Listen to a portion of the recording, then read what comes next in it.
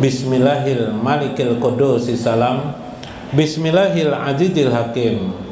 Wassalatu wassalam ala sayyidina wa nabiyyina Muhammad wa ala alihi wa sahbihi ajma'in. Fa inna insyaallah nabhasu li kitab Syekh Abdul Qadir Al-Jailani Faturrabani wa nafa'na bihi wa ulumihi bidarain. Amin ya rabbal alamin.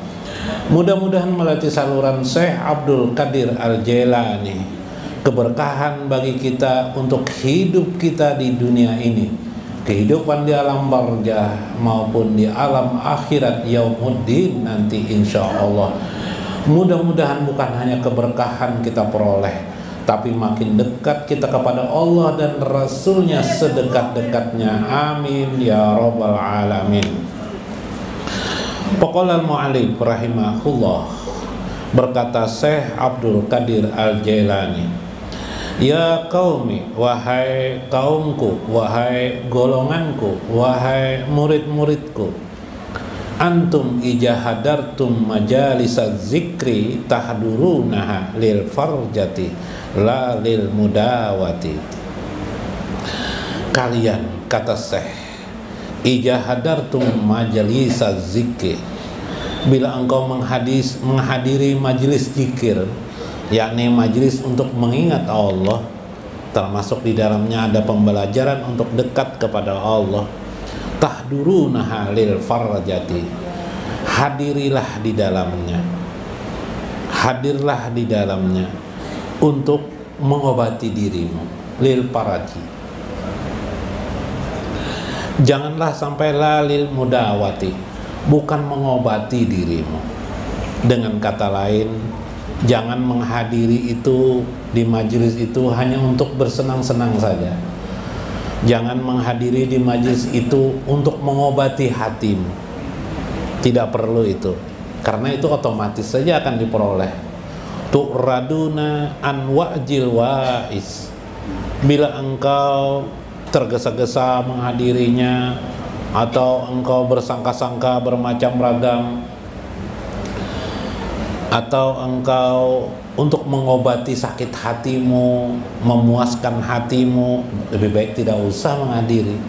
Tu'raduna an wa'zil wa'iz, itu bertentangan dengan nasihat demi nasihat yang sesungguhnya di dalam agama. 5 aja. Wa tahfazuna alaihil khata wazzalal tastahziuna wa tadhakuna wa tal'abuna, karena engkau justru memelihara kesalahan demi kesalahan, memelihara kehinaan, ejek-ejek mengejek saja, wa tadhakuna dan tertawa, wa tal'abuna bermain-main saja.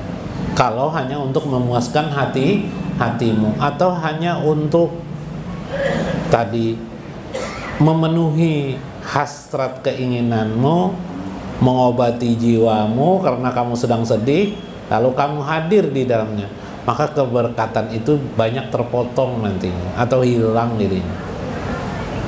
Nanti itu terbukti, kamu duduk di sana tidak ada yang kamu dapat apapun, melainkan engkau justru yang engkau pelihara kesalahan demi kesalahan. Apa? Biasa merotet itu bahasa Banjar, bahasa Indonesianya apa? Bergurau kepada orang lain, duduk di majelis, kamu justru bergurau juga, tetap seperti biasa, tidak ada bedanya. Justru kamu mengganggu majelis itu, orang lainnya lebih temannya di samping, kamu orang mana aja? Kamu tinggal di mana? Kamu di mana? Bergurau aja akhirnya.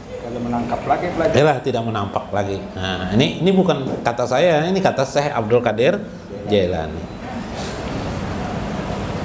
wa tahfazuna alaihil khata, maka engkau memelihara kesalahanmu sebenarnya. Makin mewadi kesalahan, makin memperjelas kesalahan itu sedemikian rupa. Wazzalal, engkau justru menghina keadaan itu atau merendahkan keadaan itu dirimu. Tastahza'usuna, engkau mengejek. Wa tadhakuna, engkau mentertawakan. Wa yal'abuna, engkau bermain-main saja. Antum mukhatiruna biru'usikum ma'allahi ta'ala, sementara engkau itu justru sebenarnya dikhawatirkan atau orang yang dikhawatirkan, padahal engkau saat duduk di majelis itu bersama dengan Allah Subhanahu wa ta'ala. Kalau di bioskop lain bersama dengan Allah, kalau di majelis taklim bersama dengan Allah. Kalau di bioskop silakan di situ hendak hamuk kah, hendak apa kah ya lah. Nah, serah aja. Kalau di majelis jangan, karena engkau saat itu ma'allahi ta'ala, bersama dengan Allah. Tubu min haja, maka bertobatlah engkau dari keadaan semua ini. Tubu, bertobatlah. La tasbahu bi'a'da'illahi azza wa jalla, janganlah engkau menyerupai seperti musuh-musuh Allah. Seperti itulah kelakuan musuh Allah, mengejek orang-orang yang beriman. Jadi majelis taklim itu pokok inti di kehidupan kaum muslimin. Jadi majelis taklim itu sudah ada di masa Rasulullah. Di masa Rasulullah sudah ada majelis Rasul namanya. Disebut dalam Bukhari malam Senin, disebut juga dalam riwayat lain malam Kamis. Kalau kita sini malam Ahad. Majelis Rasul itu dua di antara itu dalam hadis riwayat. Jadi majelis taklim itu inti perkembangan awal agama Islam itu di majelis taklim. Makanya ada istilah Darun Nadwah. Darun Nadwah, darun itu rumah, nadwah itu berdakwah. Jadi rumah berdakwah. Jadi majelis taklim itu. Bahkan kalau pesantren berbeda dengan majelis taklim. Pesantren itu biasanya dari ibtidaiyah anak-anak sampai aliyah. Itu adalah khusus pendidikan. Tapi kalau di majelis taklim itu bebannya bukan hanya pendidikan tapi juga kebudayaan. Dan pesertanya bebas dari umur sudah mengerti berapa, mungkin 10 tahun sampai ke umur tidak terbatas. Umur 80 masih bisa, 90 masih bisa. Karena itu yang multifungsi itu adalah majelis taklim. Yang di dalam majelis taklim itu juga diharuskan adanya majelis zikir ya. Seyogianya ada majelis mengingat Allah, zikir. Subhanallah. Wantafa'u bima tasma'un, sehingga engkau mendapatkan manfaat daripada apa yang engkau dengar. Nah itu, jadi ambil manfaat. Berkah itu didapat melewati kita mendengar dan memperhatikan. Berkah dapat. Berkah itu apa? Berkah itu nanti akan terlihat. Berkah tiba-tiba anak kita jadi pintar sekolah. Tiba-tiba anak kita menjadi penurut dengan kita. Asalnya tidak penurut, jadi penurut. Rezeki kita sempit, nanti muka mudah bertambah, bipeh enak terasa. Subhanallah, berkat hadir. Yang tidak punya anak nanti punya anak. Nang punya istri nanti punya istri. Nang sudah punya istri pengguru jar. Nah itu lain ulang tuh. Bertambah rezekinya. Ada nang anu Bang. Bertambah rezeki, yalah, itu namanya berkah. Berkah. Ingat, berkah demi berkah. Makanya kadang-kadang kita bila sudah tertinggal tuh susah membalap. Karena apa? Karena orang sudah melakukan sekian waktu yang di depan kita. Pernah kan melihat orang banyak, mungkin Sidin sekali berusaha, rezekinya bertambah-tambah terus, tidak bisa dikejar lagi beliau. Kenapa ini? Karena beliau sudah masa yang silam. Boleh jadi orang tua beliau, berkah orang tua beliau turun kepada beliau. Subhanallah. Nih bisa jadi anak-anak pian nanti ada nang jadi hartawan, jadi orang kaya, orang terkaya di Banjarmasin ini sudah syukur benar. Hah? Nah, terkaya di kampung sendiri kan sudah enak Bib lah, apalagi terkaya sebanjaran, Masya Allah. Itu berkah namanya. Kemudian berkah yang paling utama itu adalah hati kita merasa nyaman dekat dengan Allah dan Rasulnya. Ya gulam, wahai anak-anakku, kata saya, qad taqayyatta bil ibadati wa qad taqayyatta bit talabil aqsami wal wuqubi ma'as sababi wa nisyanil musabbabi wa tawakkul alaihi. Wahai anak-anakku, sesungguhnya ketika engkau sudah muslim, engkau terikat untuk melaksanakan ibadah kepada Allah. Tidak perlu lagi ditinggal, karena engkau sudah terikat beribadah. Perdalam saja ibadah itu, pahami ibadah itu. Wa qad tayatta bitalabil aqsam. Engkau juga harus paham, engkau sendiri mengaitkan dirimu dengan memahami, menerima, mengenali tentang pemberian-pemberian Allah kepada dirimu. Kita ini kalau tidak ma'rifah, tidak mengenal pemberian Allah, Allahu alaikum, apabila kita tidak mengenal pemberian-pemberian Allah pada diri kita jadi buta dengan Allah itu. Bahkan kita membangkang dengan Allah itu. Yang ngerinya membangkang kepada Allah tanpa disadari pembangkangannya. Nah, ini bahaya sekali masalah. Dan inilah yang minggu kemarin kata saya, yang merusak agama seseorang karena jahilnya, karena jubulnya, karena kebodohan diri seseorang. Wal wuquf ma'as sababi. Engkau berhenti, contoh kata saya, engkau berhenti pada suatu sebab. Nisyan, engkau lupakan al-musabbab. Berusaha, sukses, berhasil, alhamdulillah. Mengucap alhamdulillah juga karena dia muslim. Pernah mendengar juga bilanya berhasil, usaha ucapkan alhamdulillah. Bagus sudah. Tapi jiwanya tidak berubah. Dia tidak pernah memikirkan bahwa harta yang didapatnya, kesuksesan yang diperolehnya itu adalah karunia Allah. Bahkan karena itu dia masih tetap pelit untuk mengeluarkan harta bendanya itu. Ada sebahagian juga mau mengeluarkan harta bendanya untuk fakir miskin, bagus. Tapi untuk kegiatan fisabilillah, untuk kegiatan yang sifatnya syiar agama Allah, mereka pelit. Ada seperti itu. Atau nya melihat harta bendanya itu miliknya sedemikian rupa sehingga begitu ada yang kurang dari hartanya. Contoh, kebetulan kendaraan sepeda motornya hilang. Pernah lah kehilangan sepeda motor? Nggak ada, sinilah. Marahnya bukan main dia. Dendamnya dengan maling itu. Padahal hartanya masih banyak, Bipai. Mobil puluhan buah masih hilang, sepeda motor, kendaraan, marahnya bukan main. Atau pernah dia suatu saat meletakkan HP-nya di suatu tempat, handphonenya di suatu tempat, hilang handphone itu, marah sekali dia, kesal sekali. Atau biasanya pendapatannya 1 bulan 100 juta, bulan kemarin atau bulan itu dia mendapatkan hanya 50 juta, kesal di hatinya, seolah-olah haknya lah untuk mendapatkan 100 juta dalam setiap bulan. Ini adalah orang-orang yang nisyan, lupa ilal musabbabi, kepada sebab utama daripada rezeki itu.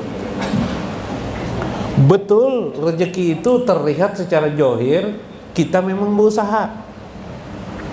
Kerjaan hari-hari memang jualan kuda, jualan sapi, jual apa lagi? Jual rumah, jual mobil, jual motor. Hari-hari terlihatlah seolah-olah hasil dari jualan itulah kita dapat rezeki. Maka engkau, kata saya, terhimpit, terjebak melihat sebab yang kau lihat itu.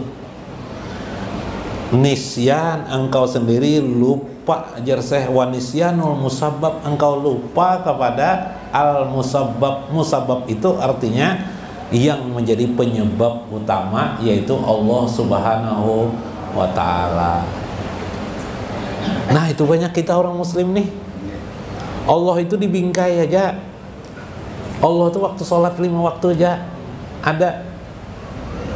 Pada saat kita dapat sukses, dapat rezeki, menikmati rezeki kita, Allah lain hal, lain lagi sudah. Allah itu penting pada saat-saat tertentu aja. Mau kawin, baca syahadatain dulu ya lah. Iya lah, Beb. Mau kawin bibahnya menyebut nama Allah bibah. Iya lah, Beb. Sudah kawin, menikmati istri, istri baru bibah. Senang setemat aja bebas. Selanjutnya tidak lupa dengan Allah sudah. Nang diingat yang si jelita itu bang sudah. Ya Allah. Begitulah kita.